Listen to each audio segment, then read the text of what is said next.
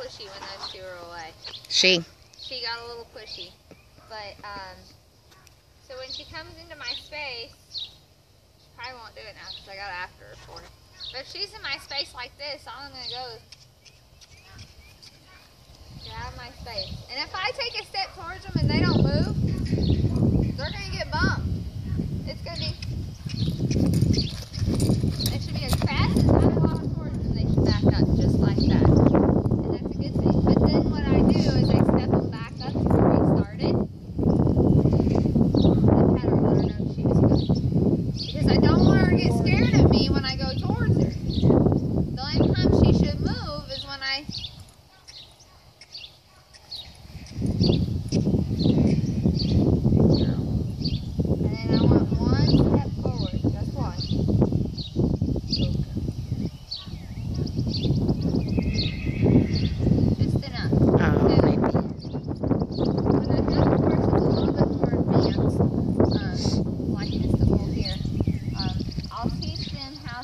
on the haunches from this side, and teaching them to the right first is easier than teaching them to go to the left, because this is the side you lead them on, so they're more comfortable with you on this side on the ground. So what I'll do, and I'll kind of show you as a direct head on here.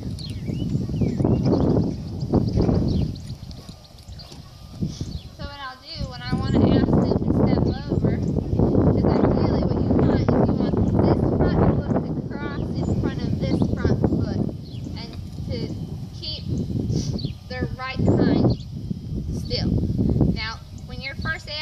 don't expect all of that to happen all at once, because it's not going to. But what I'll do is I'll have my hand up as almost like a safeguard, like what I did with my backing up. It's the same thing. I don't want her to turn her nose into me, so I push her back away, bump her, push her back away. But when I go, you want to take a step back so she has an opportunity to move. Ask, very good. She stepped away. And that's okay. The first time I do, that's great. That's great that they do that. And I could teach her by doing it this way. You can see she crosses over the front, but look how much anxiety she's got doing it that way. My hand's in front of her and I'm like pulling her around. You know, I'm being that obnoxious shopping cart person that goes around and has the noisiest cart, and you're like, just quiet. I have a headache, quiet. So what I'll do is I'll ask, that was good. Now she stepped behind instead of in front, but keep in mind this is our first time. So next time when I'm going to ask, am I just bump her? Good. Very good. Good girl. But the way I did that is I added just a slight amount of pressure to keep her forward just before she stepped behind with that foot. Just before that foot lifts off the ground, that's when you can direct that foot over. If she doesn't respond, I'll tap her in the shoulder. Good. Now when she's doing this, this is great because she's crossing in the front. But I want her to kind of stop her back motion. So I'll ask her to stop. One step, stop. One step, stop. One step, stop. One step, stop. One step, stop. And that's how you get your full circle. Now she moved her hind end, but right now I'm not real concerned about it. You know, when you first start, you want to start slow.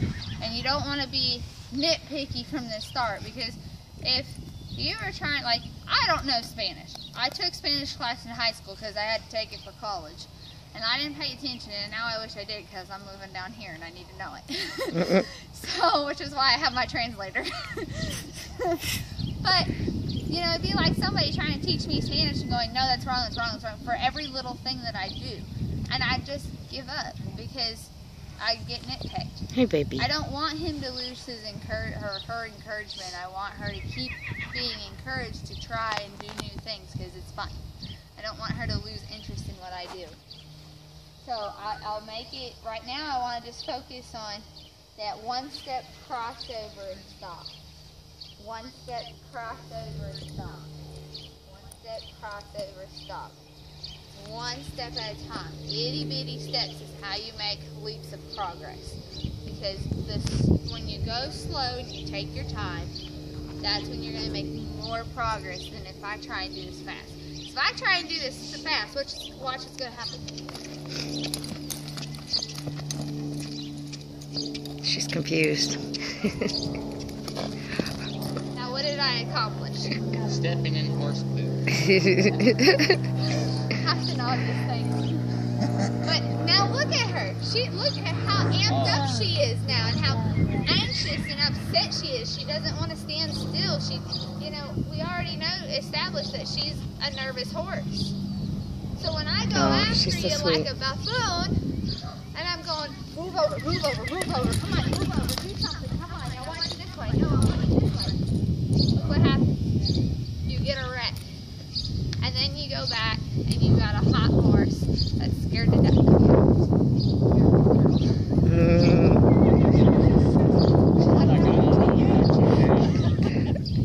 She's like, are you bipolar? Yeah. She says, oh, I understand, you're a mare too. Right. So now that I've got her a little upset, I'm going to let her relax a little bit.